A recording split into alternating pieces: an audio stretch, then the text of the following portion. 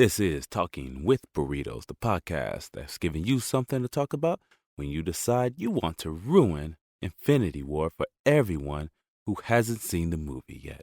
That's right, we're going to talk about Infinity War on this episode, but, it will be major spoilers. Spoilers. If you haven't had it spoiled for you yet, then don't listen to this podcast and just go out and see the movie. What are you waiting for? It to go on video on Netflix?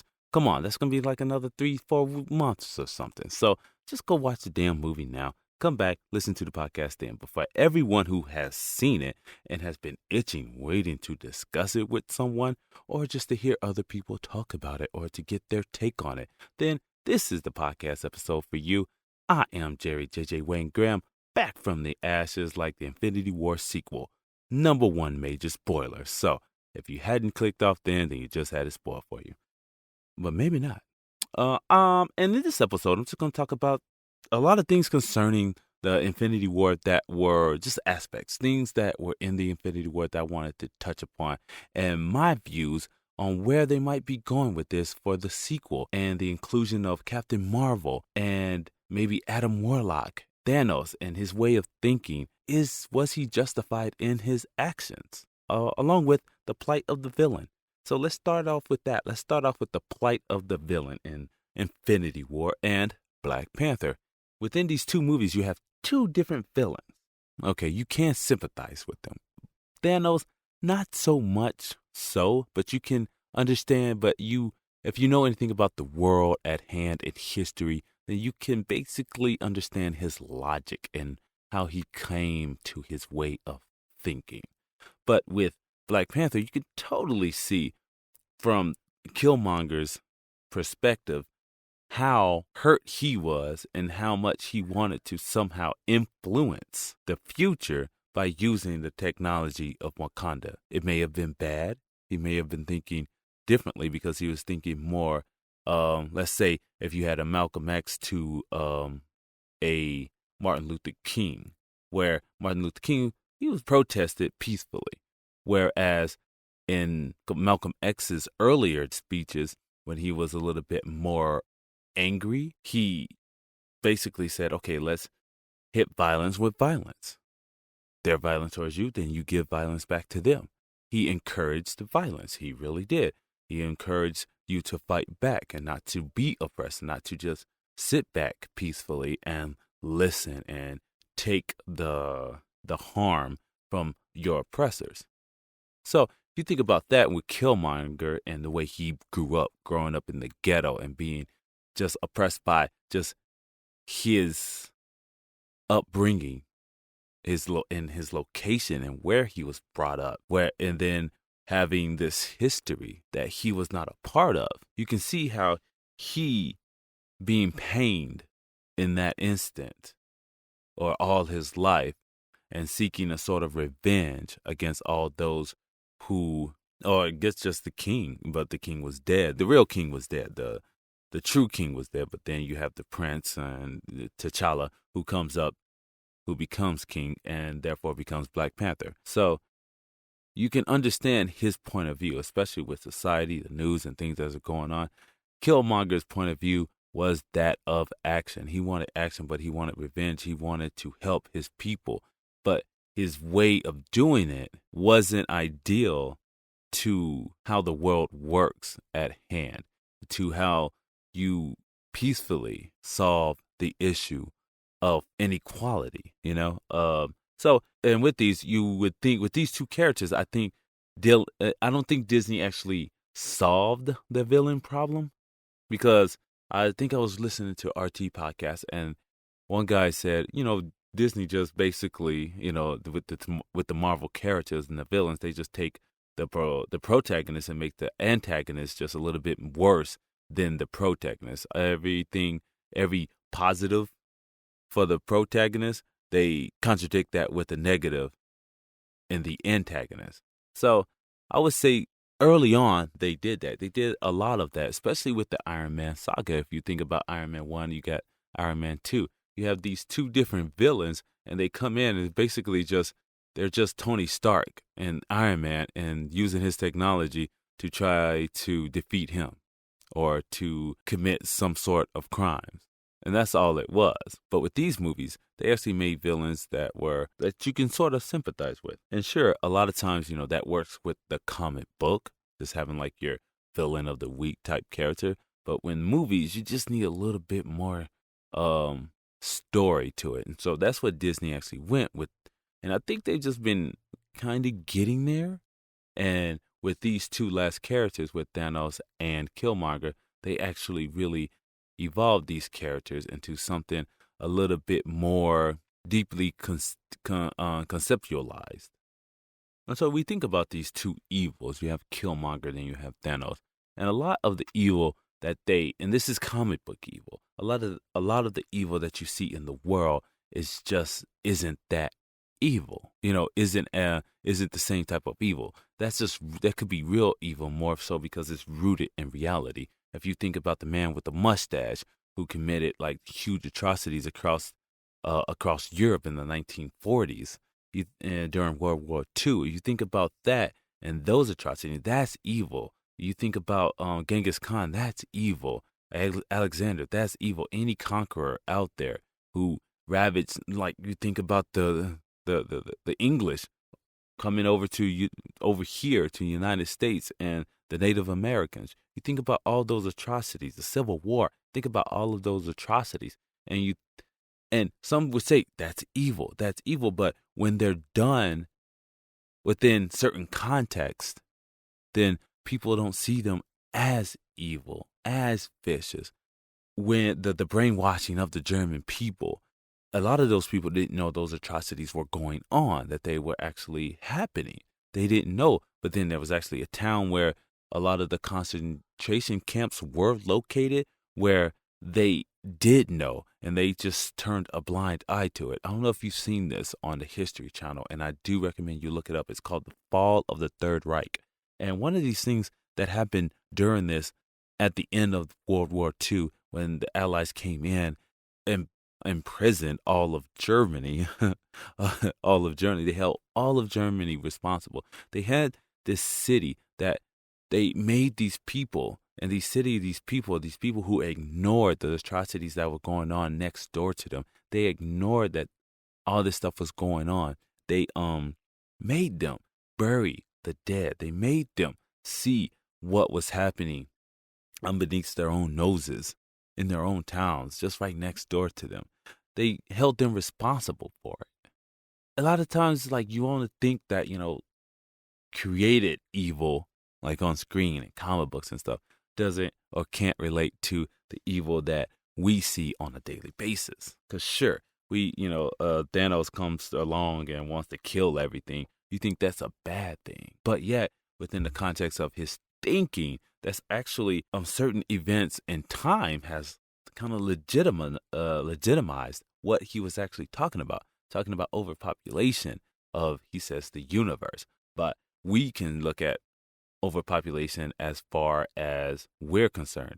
And if you think about in the context of which he put it, it's like, okay, I have to annihilate most of the people. I have to most of the universe, at least half of the universe. That was his objective, to eliminate half of the universe, to save it from overpopulation, to save us from basically all the beings created from the universe.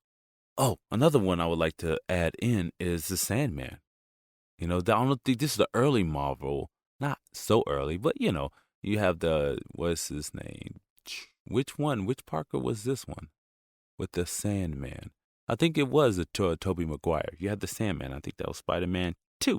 The one not 2. Yeah, 2 that was overwrought with villains. Okay, or maybe it was 3. I don't know. But no, it was 3. Okay, you have the Sandman. And you tell me that you didn't sympathize with the Sandman in that movie, because he just has his plight, his dying daughter, or his daughter died. And so he was just trying to rob and steal to save his daughter's life, who was sick and ill. Boom, take that, sympathize with that villain. I think true empathy comes from their motives and their way of thinking. It comes to light when a villain realizes that, my actions were kind of bad, but I still have my own belief. Now, I'm not saying like mustache, but that was like in comic book, in movie world, you see these things. I don't think you very rarely see that in real life where evil becomes sympathetic or empathetic towards the people they've hurt or the damage they've caused. Like you got Charles Manson way back then. He still to that day never really said sorry. Never said sorry to anybody. He just basically said it is what it is, and then he, mouthed off and said all the stuff that he wanted to say. And a lot of these, would be individuals who committed, horrible crimes. Very rarely do they say, "Hey, I'm sorry about that," or very, very rarely in real life do you empathize with them. And so with Thanos, I think we can empathize as just a group of people if you watch the news and stuff, and use his way of thinking in the context of what's going on now with overpopulation of the earth. So where we right now have about 7.6 billion people on earth, and most of those people live under poverty line. That means a lot of us aren't getting the necessary essentials that we need. That we need in life: food, shelter, housing, clothes, medicine, those things. We're not getting a lot of those people, a lot of these people, a lot of us people, a lot of people aren't getting those things. What Thanos was saying in that movie is that, it becomes so rotten over, and people became so consumed with themselves and just overpopulating, and then all the resources just dried up. And now you think about the climate change, you think about animals dying, you think about the amounts of food that we take in, you think about the methane gas caused by that, the amount of beef that we produce, the less vegetable farms that they have, and the less vegetables that are able to cultivate in climates where temperatures are drier. You think about all these things, and you see like a ever-growing problem. And a lot of us just ignore it because day to day we think about, okay, well, that's just us. That's just life. We'll be able to bounce back. But you never know. You never know if we will be able to bounce back, because a lot of what we're destroying, we can't get back, because it would take years for these things like trees to regrow. It takes years for like the oceans or the seas in different areas where fishing is just gone rampant. Or it grows it takes years for a lot of these animals to reproduce and to repopulate an area, especially if we wipe them out to extinction. So it's very, you think about Thanos and you're like, okay, well, that's kind of wrong, man. You just want to kill anything. But then you think about, he does have that motive. He does want to basically kill off half of the universe. However, he wants to do it kindly. Getting the Infinity Gauntlet, he wants to be able to just in one motion, bow, clear the universe of half of his population with no pain, no suffering, no remorse for him. But other people might remorse, but Thanos wouldn't remorse, because in his eyes he would see that as him being merciful. And I think he said that a couple of times. You can find truth in his obscurities, in his obscure way of thinking. And another one I was thinking about in reference to this story and in reference to Thanos, the comic book, and just the idea of overpopulation and salvation of the human race. Let's just talk about us, because we don't know if anything else is out there. We've had movies saying that there's other things out there and that other things will visit us to try to cultivate or get a natural resource for us, or an essential resource that would help them survive. We haven't seen that yet in reality, but it's out there in the movies. And a lot of times I think movies are just, us telling tales of things that are going to happen. I'm just saying. So we have Thanos' plight, and you have the book. I was thinking about another thing as I was watching this movie. I'm like, wow, his motives are the same as another villain inside in a book that I read. And it was called Inferno by Dan Brown. The guy who wrote the Da Vinci Code. And in this book, the villain within this book wanted to release a plague that was like the Black Plague, that would wipe out half of the human race on Earth. Why? Because of overpopulation. Because his motives, because his thought, his research. I believe he was a scientist. he saw all this suffering and everyone suffering, all the earth resources just going to crap, and being used to just have to feed us and to feed mankind, to house mankind, to supply mankind with its, I would say, essential needs, because a lot of things that we take for granted aren't necessarily essential, that we take and that we use aren't really essential to life. If you think about it, we just need food, water. We need food, water, and shelter. And I know you had to throw medicine but if you think in the beginning, it was just food, water, shelter, and medicine came along as a creation of science. Yeah, in this book. And so that was his thing. You talk about he wanted to just use a plague to wipe out half of the earth. And one of the cases that they used in this story as an example was the bubonic plague, that in the 1300s wiped out, decimated the population of Europe by millions. Before the bubonic plague, people were suffering. They were overpopulated. There was no work. They were rationing food. People just didn't have food to eat. But then they were still procreating. But they didn't have food to eat. They didn't have places to live, and it was very just horrible times. Bubonic plague happens, wipes out millions off of the face of Europe. And you got to think of it. Europe has had a horrible way at this, or go at this. But it wipes out half of Europe, just like, I wouldn't say half, but millions within Europe, this disease. But then what happened with that is that so they had to rebuild. After bubonic plague kind of subsided, they had to rebuild.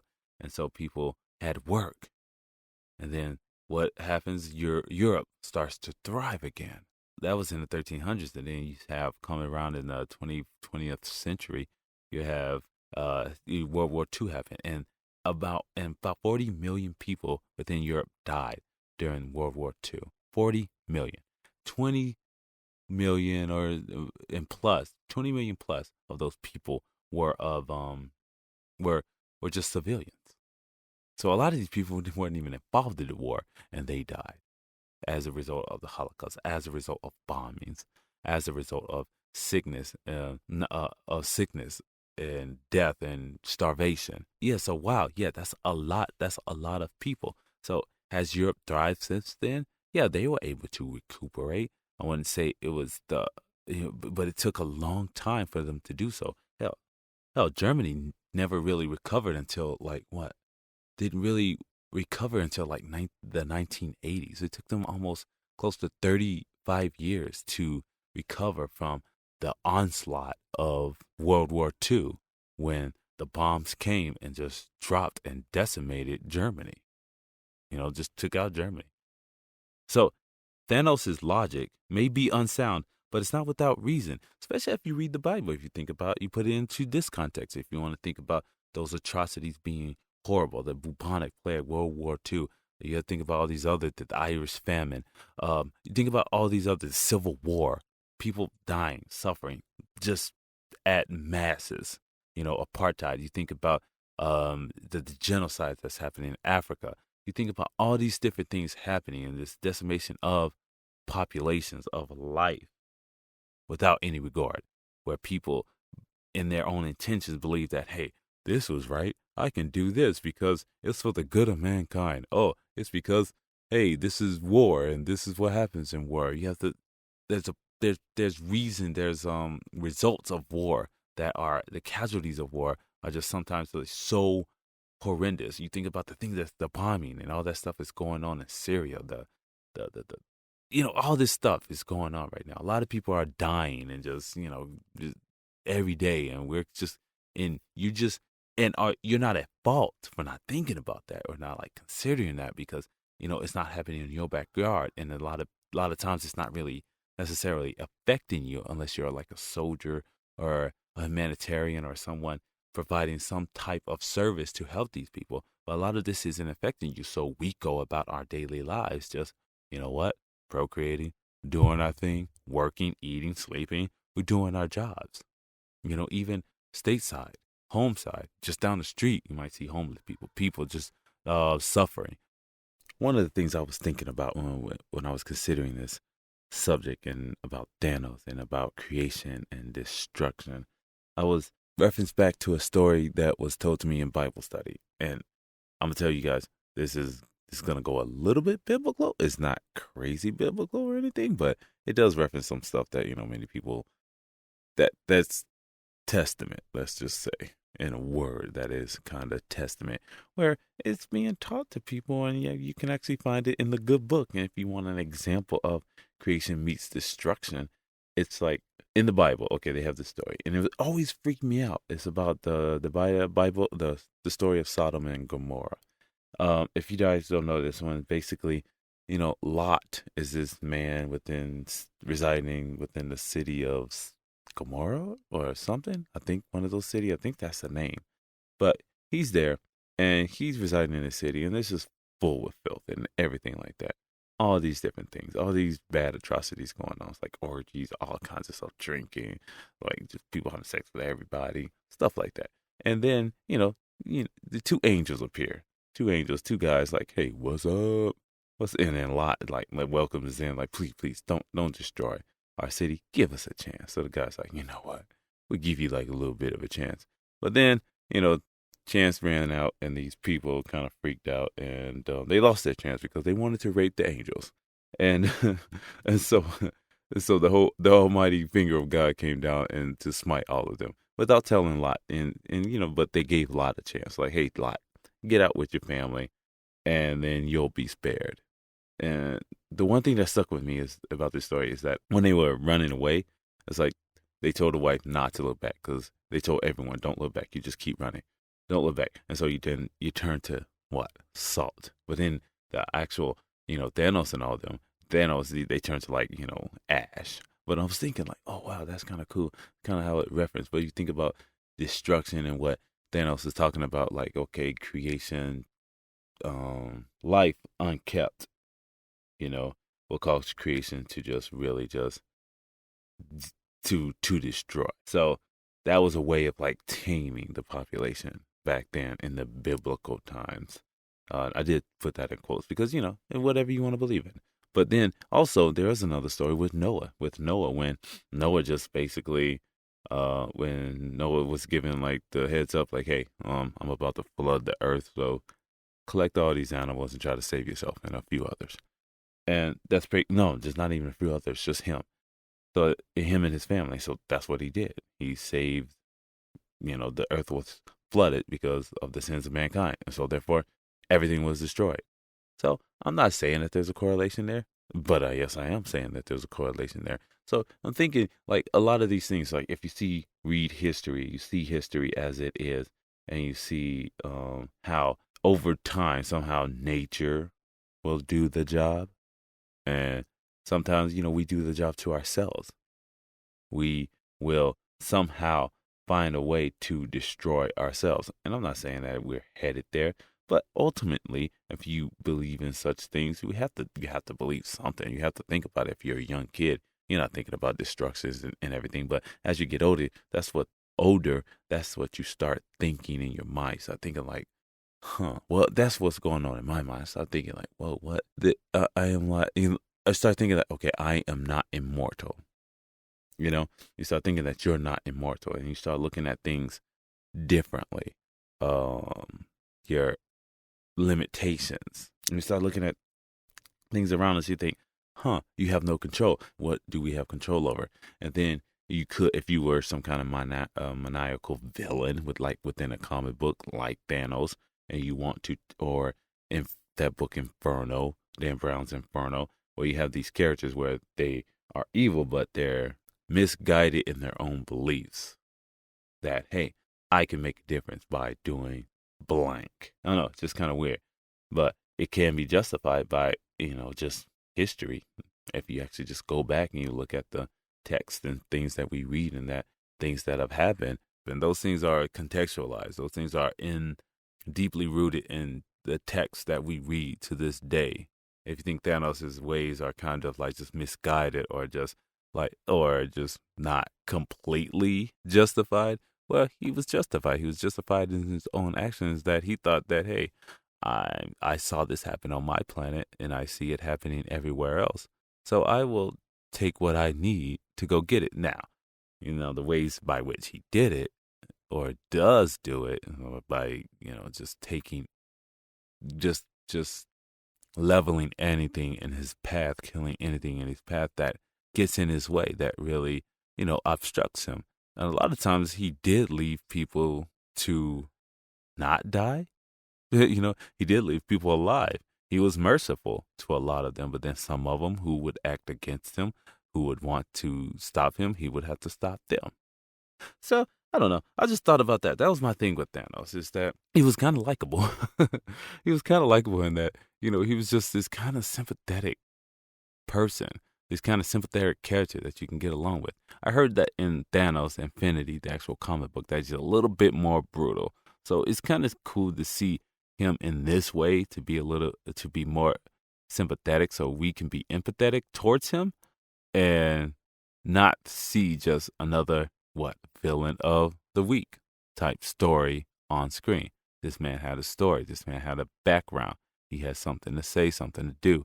He even felt love for his daughter. We have a lot of those things going on, but the merciful doesn't necessarily, only because you think that you're merciful, you don't think, you doesn't mean that you are actually justified in your actions. And that goes a lot. And I would not compare what is contextualized, what's written down as being something, as a reference to the evils that go on today in our societies, because a lot of times those evils aren't forgivable. So that's why it's kind of nice to just be able to see these characters on screen or within the books rather than in real life, because we don't want those. You've seen over time, read history books. Over time, we've had those people who kill because they think that they're justified to do so in the name of whatsoever. And it's horrible. It's horrible to think about that. And to some, those things are, that those atrocities are justified because that's their beliefs. That's their beliefs, and that's what they fall behind. That's what they believe. That's what they've been taught. That's what they've been told. And that's what they've been led to assume as being the correct way to think about things. And it's horrible. But it all goes into learning, learning about things and having your own voice and getting your own opinion and your own knowledge, gaining your own knowledge from those things and seeing where, what's truly right within yourself rather than what somebody else tells you is right. Okay, I'm going off. And one of the things I like to say, just with Thanos and all that, just this cool quote he said, it's like, if life goes unchecked, life will cease to exist. I don't know. That's a very strong statement, but and in a way, it's gosh darn true if you think about it. Some people like to think, just like I said before, we live in our own head, own spaces.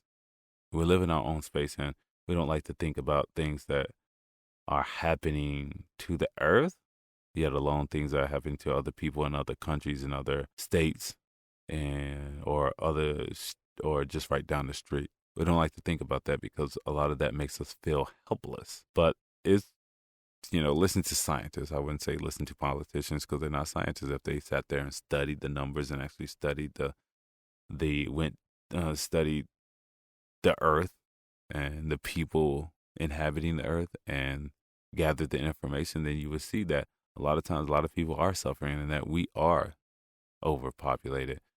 Look at China. China has about 1.4 billion people inhabiting that continent, and that country, and it's pretty well stacked. You go to some of those other Asiatic countries, like China. I don't know, some within the Philippines where like half of the damn island is just full of people.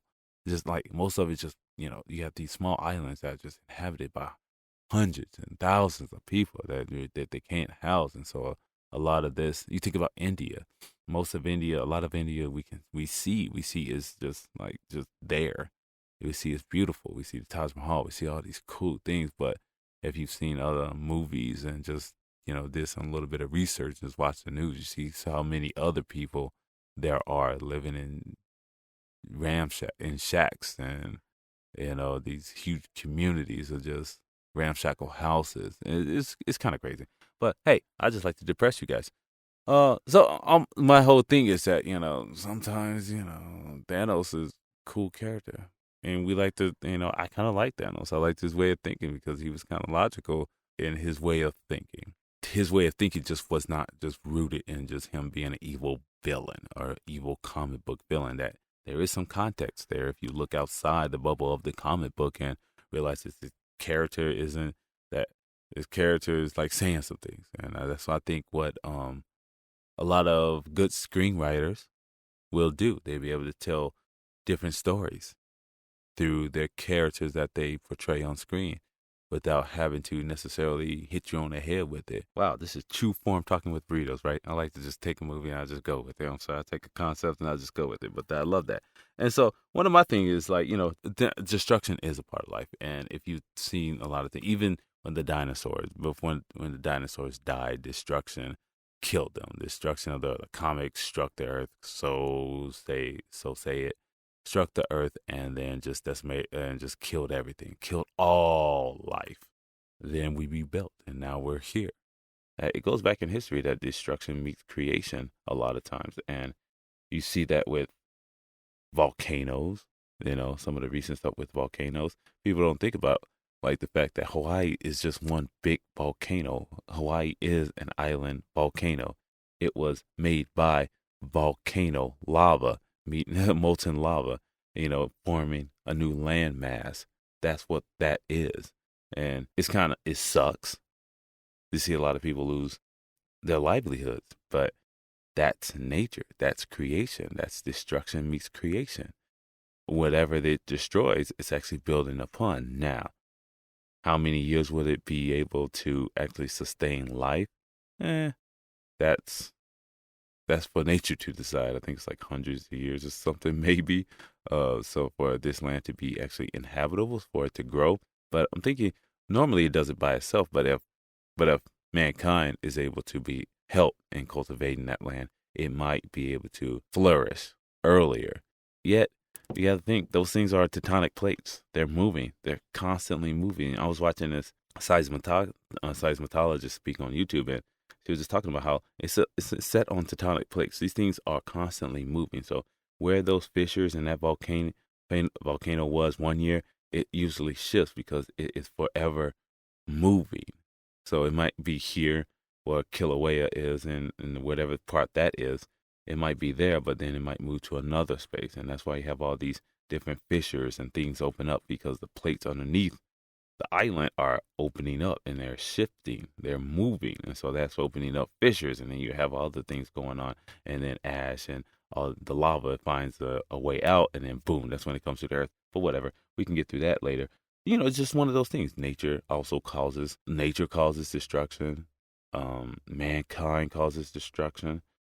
And it's just been dated through time that is a common concept that Thanos inhabits, and he's a spacely creature. And it's not without some thought. I don't think, like, maybe the writers were thinking about that, but if you consider it as a thought piece, you can really strike up a rather interesting conversation with your friends at a dinner party or something if you want to ruin their evening. But as long as you don't get too deep into like the Bible and all this stuff like that, what's real and what's not, it's all about your belief system. You just base it on facts. Be like, hey, in this book, this reads here, but then in history, this says this, and these things did happen, they did occur, and a lot of times it sucks. But hey, if not, we'd be ruled by dinosaurs. Have you seen that movie, The Good Dinosaur? You see what happens? We caveman would have been pets. Just saying, that was a horrible movie. Also, let's go back to likable villains. And that's when I want to go back here. I want to talk about your likable villains. And, Thanos is actually a likable villain. And no matter what, I know Kilmonger, he was not likable. Because you look at him in that role, and he's like, okay, I want to detest this human being, but this character, but then you sympathize with him because inside, that person is broken. That person was just searching for something, and his out was violence and anger. That's the only thing he feels. And so that's how he projects it. That's how he wants to solve the problem, by putting forth, implementing more violence, inflicting violence and suffering upon others who have caused him suffering. So you can actually sympathize with him. But with Thanos, you can actually like Thanos. And he's rather charismatic. He can do some awful things. And if you read some of the comic books, I hear that the Thanos comic is he's more ruthless in the comic books than he is in the movie. They actually, took back, kind of held back a little bit on that aspect with him just destroying everything. You see in a lot of his actions in the wake thereof. Like, wow, he really put forth all this violence just to implement his own beliefs. But so I think about like likable villains. I was thinking about that, and I put together a list, a small list, very small list. And Wile E. Coyote, come on, he's a likable villain. All he wanted to do is eat. You got to give that man his props. All he wanted to do is eat, but he couldn't, and he just couldn't, because this stupid little freaking roadrunner, this bird. My thing is, why would he want to eat that little bird? Because the roadrunners are rather skinny and small. Don't get it wrong, like people, like if you see on the cartoons, yeah, he looks tall, but a roadrunner is rather small and not really a good dish. So you would have to think about Wile E. Coyote in that sense. Like, what the hell's your problem, man? You can go like raid a chicken coop or something like that. Get one of those little ground squirrels or something. That'd probably be not a more sustainable meal, but yet you can get a few of those if you raid like a den or something. You then have yourself a feast. But he was a good villain because he was bad, but yet he was charismatic and he was smooth. He was a smooth talker at times when he had his voice. I think what was it later on in his tenure when I was watching these, he had a voice and it was very like sophisticated. Wile E. Coyote, super genius. He had that little thing going, but he was actually pretty cool. I like Wile E. Coyote back in the day. I think I liked him more than Roadrunner just because he was kind of cool and he was very smart. But yet all of his inventions would just cause him just tremendous harm. But I really do like Wile E. Coyote as a villain. He's a rather soft villain, but he's a pretty good villain. And another one, I would say that you guys, that a villain that I like, a likable villain, would be Mr. Freeze. Check out Mr. Freeze. Mr. Freeze, only thing he wanted to do is try to save his wife. That was his only thing. This guy was just suffering from grief. He was suffering from grief, and not Grease, like the TV show or the movie. But he was just suffering from grief. This is a man stricken with grief. And if you watch this episode of Batman, just go ahead and watch, find out what that episode is. I'm going to find it for you real quick. So, like, I was a kid, so back in, like, 1992 or whatever, you have this episode. It was episode 1. It was episode number 14 of that Batman animated series. This thing came out back in 1992 when I'm not even going to date myself, but I was still in high school. Let's just say that. But this episode, if you really want to sympathize with a villain, watch Mr. Freeze's The Heart of Ice episode.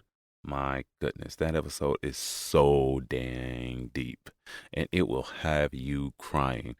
He's just a man trapped in his own beliefs and his own intentions. He was sad. He was suffering, and his way of doing it was to take out anybody who got in his way. That's the only thing he basically was guilty of a broken heart, and he just wanted to do better. He wanted to, I think he want to save his wife or something. But whatever, he was suffering from grief, and so he wanted to save his wife, and he would by any means necessary. So if you got in his way, he was about to take you out, and he wasn't really fond of Batman for stopping him. But it's a very sad episode. I do recommend it as reference to any villains that are deemed likable. Also, Koba. I'll say Koba from the Planet of the Apes. So again, you think about these people. He was the radical ape, the more radical ape, who suffered. He suffered at the hands of scientists who were testing on him, doing these different things to harming him, harming him, just torturing him in a sense with all these tests and stuff. And so, based on his belief and based on his experience, he was totally different from Caesar, where he got a different impression of humans. Humans were harsh, humans were wrong, and but for Caesar saw the good of humanity and that all men and women aren't bad. But yet, coming from these two perspectives, if you look at the same thing with Kilmonger and T'Challa in Black Panther, it's the same thing. These people, they had both experienced life differently, based on their experiences that really influenced the person that whom they became later on in life. As they became adults, it helped mold them into the people that they were. And with Koba, it's a rather sad story because he was just so angry with hate, and then they killed his kid, and so he was just mad. And you can't necessarily. No, they didn't kill his kid. They killed the other guy's kid, the other ape's kid, I think, in the second one. But he was just angry, and you can see that, but you can sympathize with him for his character, and not necessarily get mad at him wanting to kill people and not seeing the best in individuals, because he never got the best from them, from mankind. So that's another one. That's another very, very deep character. And Daniel Plainview from There Will Be Blood, played by Daniel Day-Lewis. You gotta think this man is true to his conviction. However, he's just an asshole. So does that make him bad, though?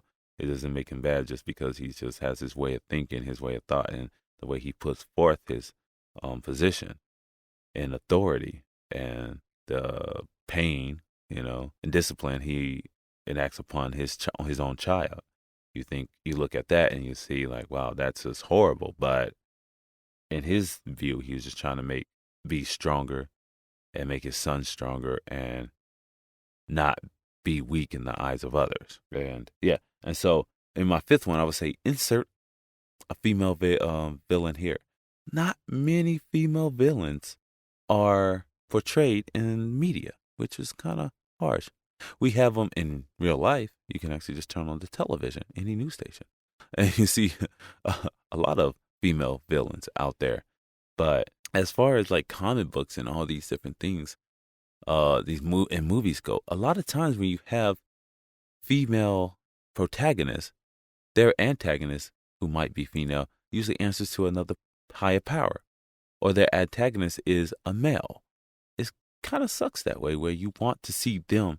I would like to see a villain, even go back to Wonder Woman. Who did she have? She didn't have a villain to fight. She had a man, and the man comes through, and she had to fight all of mankind. And where you kind of wish that, okay, let's put a woman in a villain role.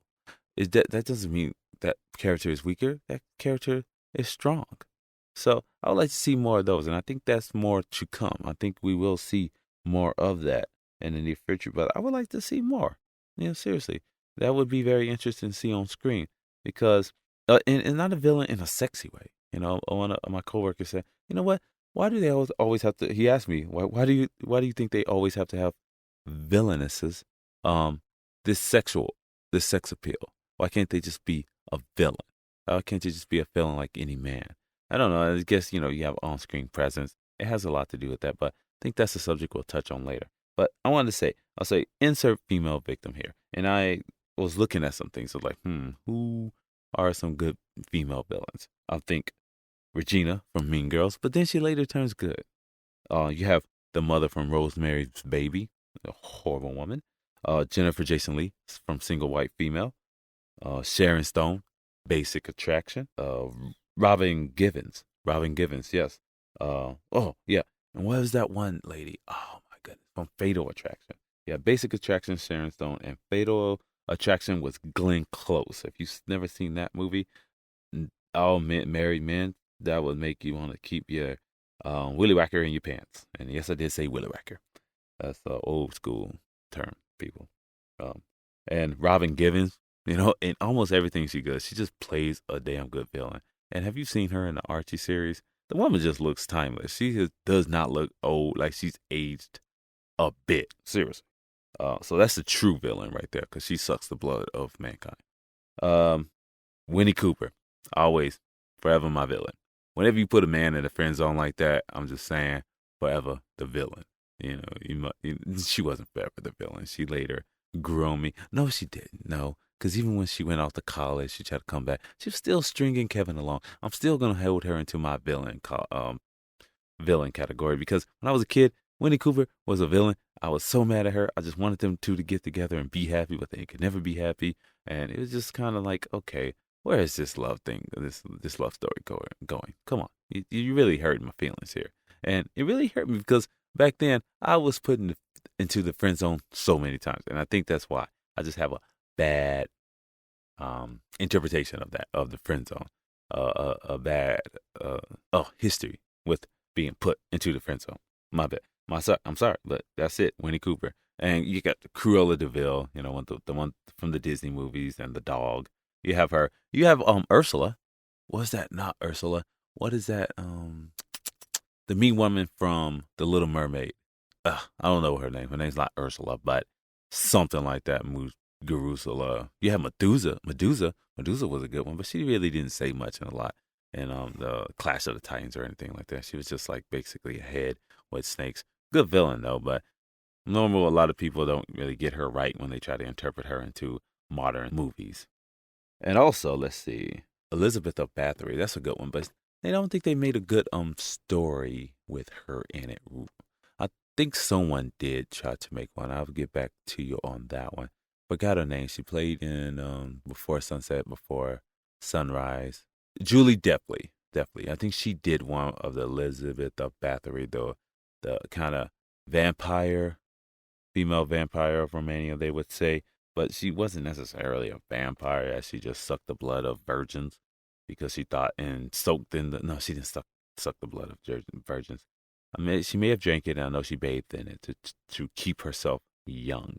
And she was actually semi-associated with Vlad the Impaler because of the Ottoman. Her husband served for the Ottoman Empire, and he was like a savage person just as much as his leader was, in which they would, torture people. He knew ways to torture people, how to kill people and stuff like that. And so she learned it, and she basically became one of the first empowered women leaders of her time because her husband died. And so she had this castle, and she had to rule, something like that.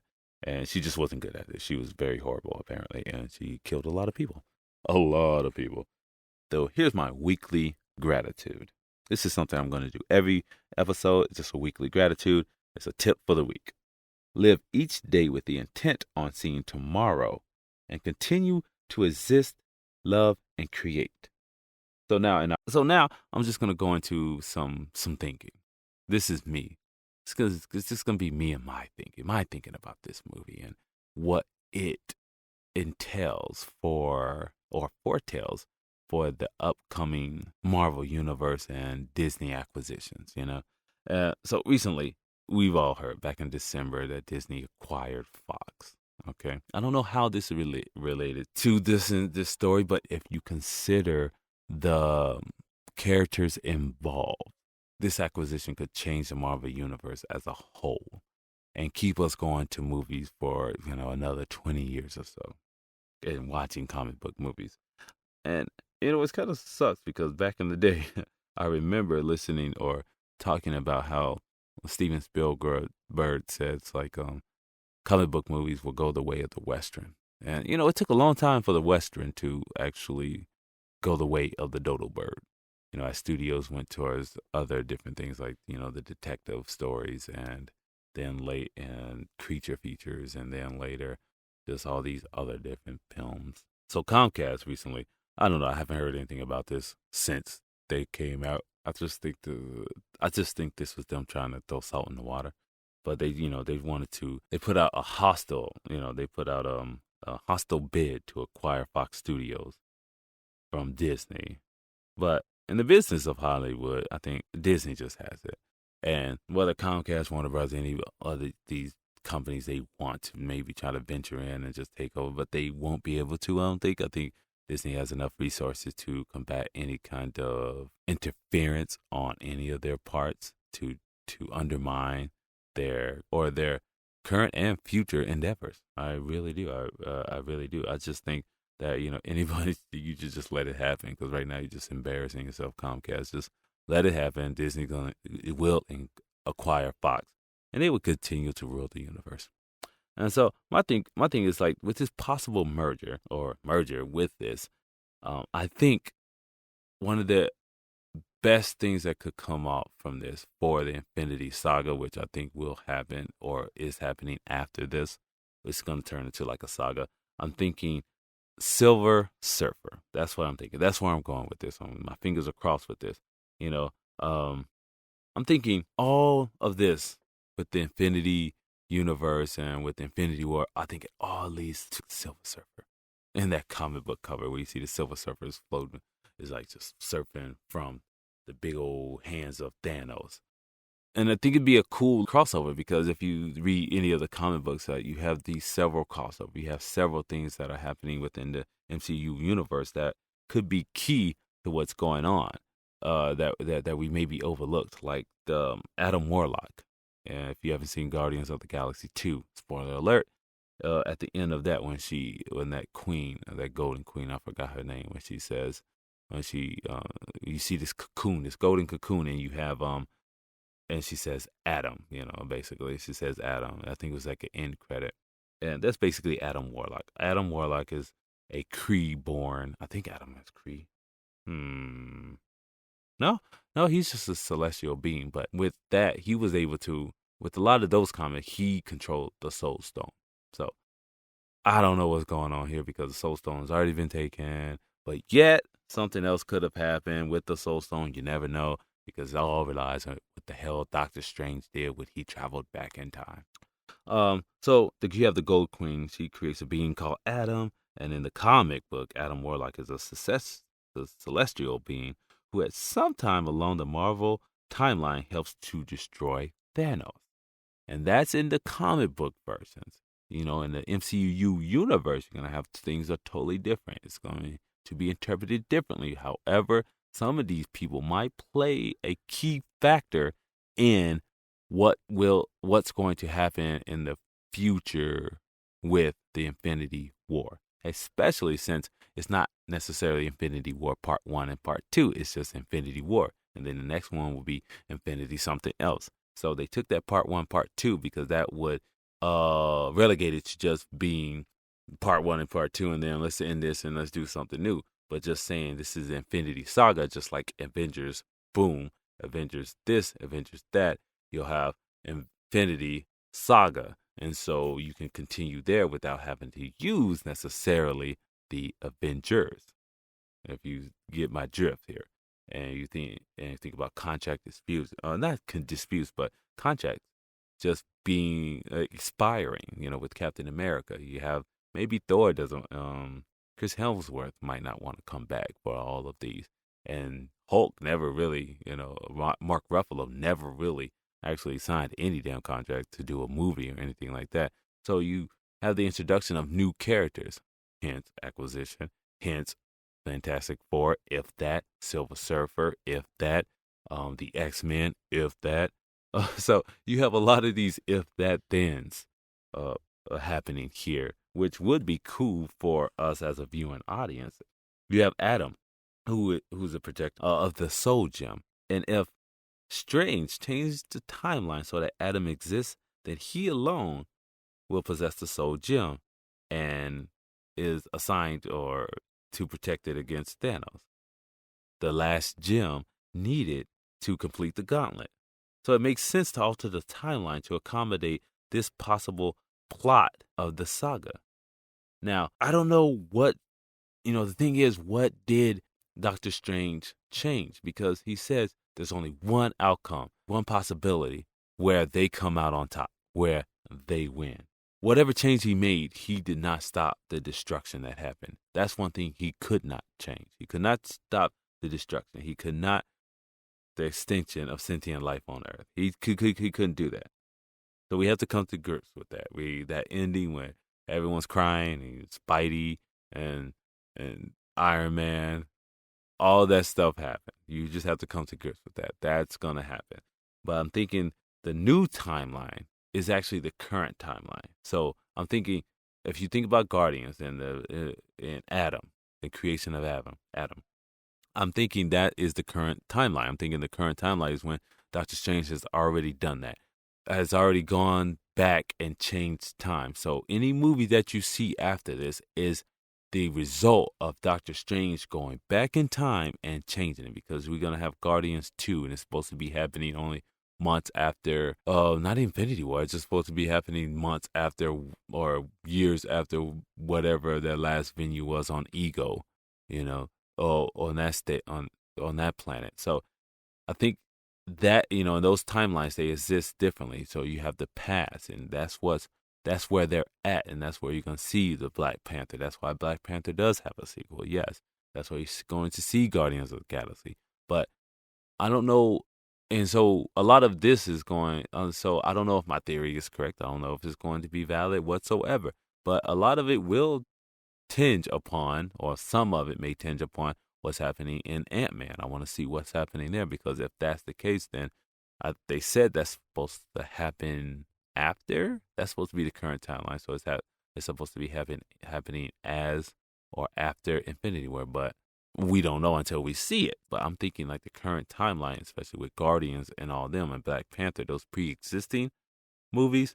I think that's the timeline upon which Doctor Strange has gone back and made that little tweak in time to make it possible for them to defeat Thanos. And it's possible, too, to have an episode or movie where you see Doctor Strange in the past as a being from the future, like Days of Future Past and Wolverine, making that change and seeing him make that change. But I don't know. But a lot of it is versed. A lot of these pre-existing movies, titles, are versed or will be happening in their time. And Infinity War is our time. So you'll see a lot of that stuff happening there. And maybe Doctor Strange jumps. And you see Doctor Strange make that little change that will alter the conclusion of this Infinity Saga. And I think that does include Adam Warlock. Whereas also Captain Marvel, which you will see, because if you read the comic books, Captain Marvel of the Kree Nation, Carol Danvers. Carol Danvers? Is it Carol Danvers? Carol Danvers? Carol Danvers. Danvers, whatever. She's the Captain Marvel's pseudo offspring. I'm saying she was born, she had her genes and stuff altered, and so that enabled to, I guess, resemble that of the Kree DNA. And so she's able to do a lot of things. And so if you think about her, and she's supposed to be just about as strong as like a Superman type character. One of my other things was that, at the end of Infinity War, you see Thanos. I'm thinking in my mind that Thanos is dead, and that Thanos is looking upon not purgatory. He's kind of stuck in purgatory, whereas everything seems beautiful and it seems lush and it seems perfect, but I don't think he's actually alive. I think he's in the in-between stage. And the reason why I say that, because they did hint back to him and his he did warp though, so I guess I really can't use that analogy, because he did warp out using the gauntlet. But there was that little brief flashback. And a lot of people say like the red within that flashback with Gamora, young Gamora. But the soul gem is actually gold and yellow, isn't it, or something? I don't think it's actually red, or it's like orange. Maybe that in context. I don't think maybe the color wasn't necessarily the context in which that was being viewed, but I don't think it was actually red. I don't know. I have to go do some more research and look back at that. And I just think somehow along the way he is going to deal with death, and death, the person, his muse, death is the person that he wants to that he was trying to impress within the comic books. He was trying to impress death and assuming like the gauntlets and doing the evil deeds he enact upon other people and other nations and other universes. And if I am right in that, whereas I think maybe he is going to die, I think that, I don't know, it's something about that look when he was out there just looking upon the land and this beautiful lush land, thinking maybe in that instance, maybe he's happy, then he dies. And then you have everything else happening with Earth and all these other figures, these characters coming to light. and then it becomes the rebirth of Thanos somehow. Thanos is rebirthed and no longer has the soul gems and has to recover them again, kind of, sort of. And hence you have Adam Warlock, and then you have another person there, Captain Marvel, and they're there to protect the soul gems. And so you can also go into the Infinity War, the Infinity Squad, or whatever you want to call them, the protectors of the actual Infinity Gauntlet or the Infinity Stones. So there's a lot of things there that I think that could be possible with this story, with this storyline. So that's my Infinity War take. So did I like the movie? I love the movie. I've watched it 3 times now, people. I watched it 3 times and downloaded comic books, the Thanos comic books, Captain Marvel comic books. I've just been looking at those. I've been reading those to try to get some insight into these characters and what's going on. I know I want to know. I kind of want to know. Then I don't want to know what happens. I want it to all be a surprise next year when they come out with the new movies. But I was just kind of just there for it. I was there for these characters. I was there for Thanos and all them. I want to see what happens. Just like a lot of you, I'm just intrigued by this whole notion and of this new saga being born because somebody was telling me if you watch, what is that? If you have watched Shield, that they are alluding to maybe a Kree and something battle, a battle with the Kree, and this war. Because then if you have the Kree war, and shoot, what is it with the Kree and somebody else? If you have this war going on, and then you see that Marvel is planning an Inhumans movie to come out in the near future too, and you have Captain Marvel coming to play. You have Adam Warlock and all these people. They play a factor in the Kree War. All of that going on. You have the introduction of Adam Warlock. We're gonna have a Captain Marvel movie next year. And you go to, if you're watching ABC's The Shield, I hear that they're kind of alluding to a Kree war and also the introduction of the Inhumans, and not the shitty ass TV show that they just recently came out with. It's going to be a movie by Marvel, presented by Marvel. So if you think about all these different things coming together, I think we have a whole new different storyline coming to play and new characters to like and kind of fall in love with that will keep us going to the movies. Well, that's me. That was my take on Infinity War and much else, it's just about, I know it got kind of deep there, but hey, this is Talking with Burritos. That's why I love this podcast. That's why I like doing it. I know I don't necessarily, I haven't done it for a while, and it took every fiber of my being to actually just do this episode. It really did. I don't know why. It's like I've been doing this for years, and I just get stage fright. I've had stage fright all the times I've procrastinated. I've said, okay, I'm gonna go in here. I just gotta perfect this episode. And I didn't necessarily have to perfect anything. I wrote it all down. I have it there. I have it as a template. It's fine. One of these things I am doing is like I'm trying to less script my podcast episodes as I did the last few. Is like I was just so intimidated by just doing this by myself that I would script them and then I would read from my script, and it sounded so robotic and so unrehearsed, so unprofessional. So I just wanted to do this and just have my thoughts come out here, do this. If you guys are still listening, if you on the cusp of listening, thank you.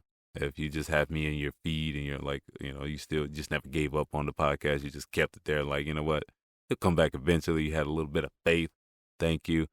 If you want, just go ahead. I've perfected my website to the point. I'm still got some things to work on it, but I got to the website to the way I wanted to. I got my branding the way I want my branding currently, the logo, all this stuff, and all those little things that really bothered me before. I have a problem, people, and we'll talk about that later with something else. But I'm just gonna try to bust out some episodes and just talk about all the things that have been kind of going on in my mind. It's just a lot of it's just movie references and stuff, and just try to stay and try to stay consistent, and not be intimidated by just sitting in front of a mic in this damn closet that I'm in right now. But this closet is actually pretty cool. It's a small little walk-in closet, but it works with this mic and it serves as kind of like a studio booth, and the audio sounds great. I can basically like not hear a lot of things except for my kid in the background who's just cackling like a hound. I don't know what the hell he's doing, watching something. The boy's weird. But so I'm going to try that. Thank you guys for sticking around listening. If you listen to this podcast episode. And another thing I want to do, if you got some homework, I want you to go back and just think about Daniel Plainview. And I'm thinking about villains. I'm thinking about him as a antagonist, as an antagonist that you can sympathize with. Like, can you sympathize with him? Is he actually the antagonist, the bad guy of this story?